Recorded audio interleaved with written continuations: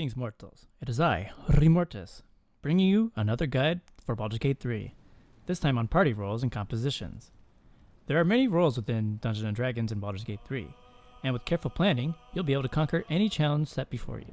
Of course, any party combination is fine, as there are many ways to cover a particular role, especially when considering items and consumables. We'll get into all of that, as well as companions and alignments, and lastly, some multiplayer combos.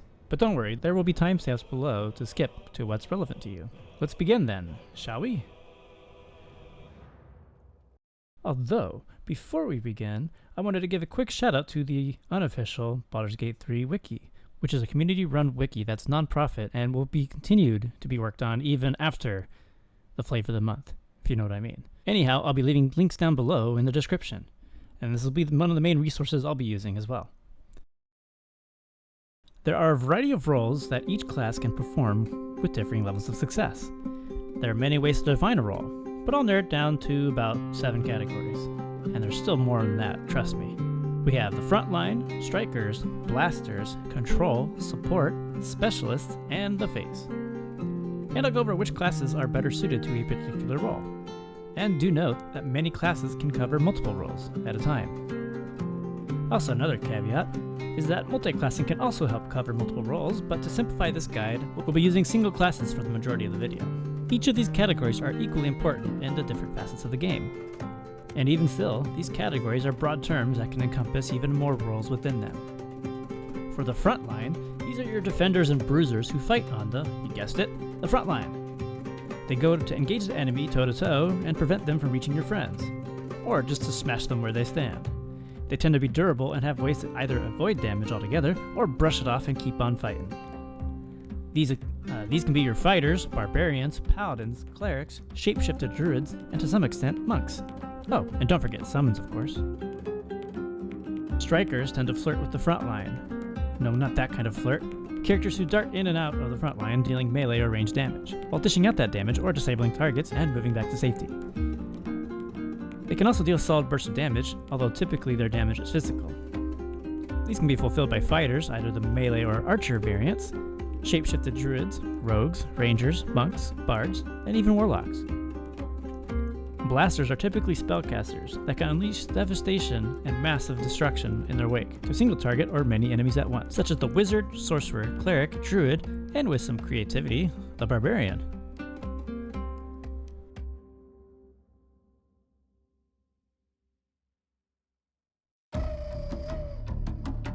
The role of control is all about that, controlling the battlefield by providing crowd control or altering the battlefield to hinder or completely stop enemies in their tracks, allowing your party to keep on dealing with various threats and dishing out damage themselves.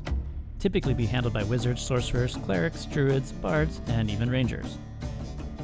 Support aids the party through buffing your allies to make them stronger, debuffing enemies to make them weaker, or healing your allies either through mending raw hit points or removing nasty conditions such as poison, paralyzing, fear, etc. I'd also throw utility here as well, with effects or spells that can have its uses in combat and outside of it, such as teleporting, flying, invisibility, speaking to animals or the dead, you get the idea. This is usually taken care of by bards, clerics, druids, paladins, wizards, sorcerers, and to some extent, rangers as well. The Specialist is a very broad role that can handle multiple situations, typically out of combat, usually around various skills or reconnaissance, or somebody who can help disable traps and pick locks. Also somebody who's good at investigating through knowledge, or somebody who can stealth and scout up ahead. Specialists are typically rogues, bards, rangers, and monks, although wizards, warlocks, and sorcerers could handle some of these situations with various spells and skills at their disposal as well.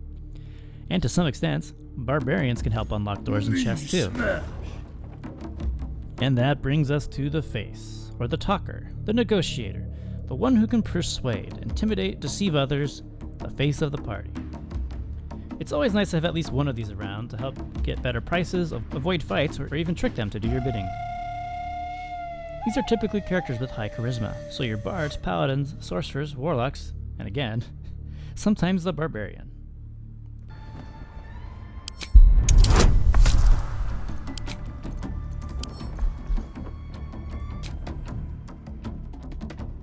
And again, these are all simplifications of the various roles, and we can go into much more niche cases, but each shall cover most of the bases. Party composition is something to consider when forming a group. This is a team-based game after all, and the variety to cover different roles can help conquer anything that comes your way, as mentioned before. However, it isn't completely necessary because there are multiple ways to solve many problems, especially with the slew of items, consumables, and other things at our disposal. That said, play what you want. Bring who you want to bring. And that's the guide. Just kidding. But truly, at the end of the day, be what you want to be. Just because Lae'zel is a fighter and you want to bring her along doesn't mean you can't be a fighter too. Now we'll give a sample on the classic and traditional party: the fighter, the rogue, the cleric, and the wizard. The fighter can be your frontline and striker. The cleric can be a frontliner as well, or can also be a blaster or support, depending on how you build them. A rogue is typically a striker and specialist, and can also sometimes be a face.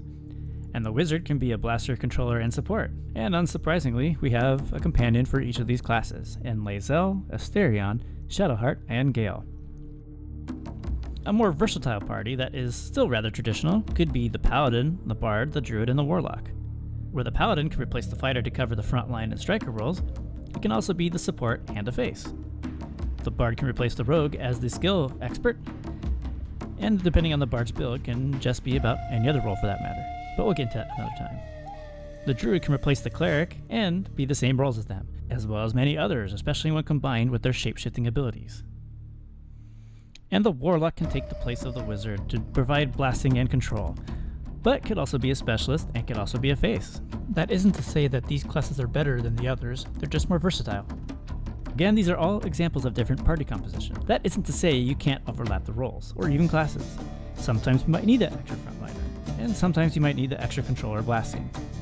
You really only need one person to be a face, although more than one couldn't hurt, as you can't swap who is talking in a conversation. So even if a conversation starts and they begin talking to your fighter, for example, your bard or whoever can't step in to speak honeyed words. Typically a group would always want to have somebody who can pick some sort of lock, or, break them too. The thing to consider is that some encounters may have enemies who are resistant or even flat out immune to certain types of damage, such as things that are immune to non-magical damage, where your fighter or whoever will have to rely on other means to overcome that immunity. However, magical weapons do count to overcome that resistance or immunity, and they're back to being effective again. Variety and versatility is king, but again, play what you want and bring what you want to bring. Now onto the companions and alignment playthroughs. What I mean by this, without spoiling anything, is that some companions are inclined towards good actions and bad actions, such as protecting the innocent and doing what's right, and others only care about strength and maybe want to cause some mayhem.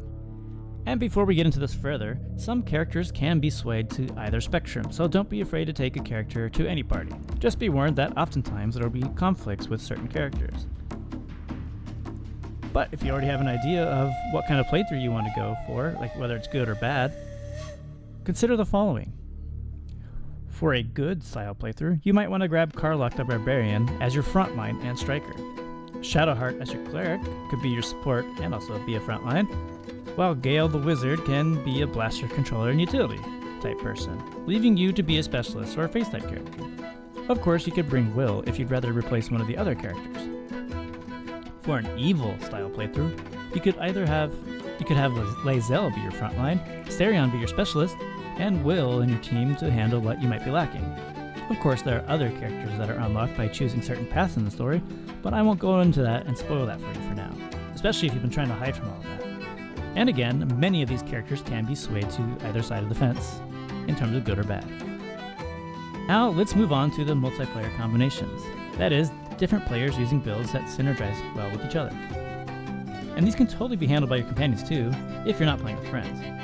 Though, some may need help with multiclassing or just be respect altogether to get some of these builds.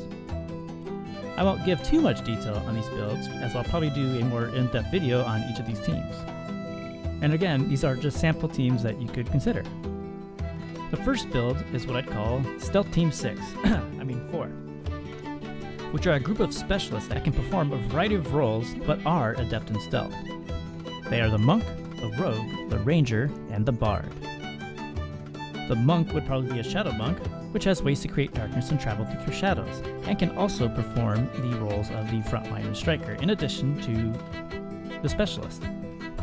The Ranger would be a Gloomstalker, which has bonuses when fighting from shadows. It can also be a little bit of a frontline and can also be a striker. But there's also ways to make it so you can be a little bit of a support too.